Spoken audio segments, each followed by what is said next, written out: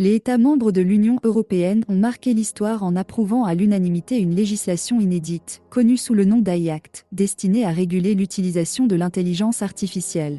Cette décision fait suite à des négociations intenses visant à trouver un équilibre entre l'innovation et la sécurité, dans un contexte marqué par l'émergence de technologies comme ChatGPT. La portée de cette régulation se distingue par son ampleur par rapport aux règles déjà en place en Chine, et le commissaire européen Thierry Breton la qualifie d'historique, d'une première mondiale. Bien que le Parlement européen doive encore entériner définitivement le compromis au printemps, les grandes lignes de l'AI sont déjà claires. La législation vise à garantir la protection des droits d'auteur en imposant des règles strictes aux IA génératives. Les développeurs devront s'assurer de la qualité des données utilisées dans le développement des algorithmes et vérifier que ceux-ci ne violent pas la législation sur les droits d'auteur. Une attention particulière sera portée à l'identification des éléments produits comme artificiels. Les systèmes à haut risque, touchant des domaines sensibles tels que les infrastructures critiques, l'éducation, les ressources humaines et le maintien de l'ordre, seront soumis à des contraintes renforcées.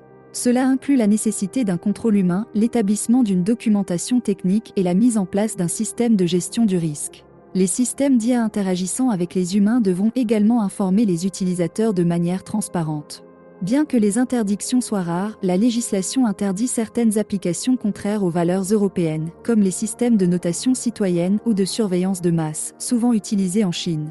Une interdiction de l'identification biométrique à distance dans les lieux publics est également établie, avec des exemptions spécifiques pour certaines missions des forces de l'ordre, comme la lutte contre le terrorisme. Cependant, le secteur technologique exprime des réserves, soulignant que certaines règles demeurent floues et pourraient entraver le développement d'applications innovantes. Boniface de Champry, un responsable Europe du CCIA, un lobby du secteur, prévient que la mise en œuvre doit être soigneusement gérée pour éviter d'imposer un fardeau à la compétitivité.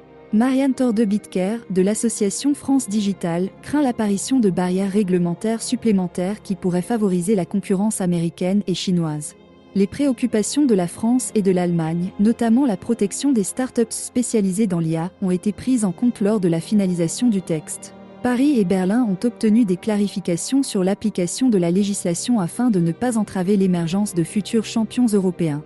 Alors que la législation doit encore passer par le processus d'approbation finale au Parlement européen au printemps, les actes représentent une étape majeure dans la régulation de l'IA, posant des bases pour l'utilisation responsable de cette technologie innovante au sein de l'Union européenne. Voilà, c'est tout pour cette vidéo. Dites-nous en commentaire ce que vous en pensez. Merci et à bientôt.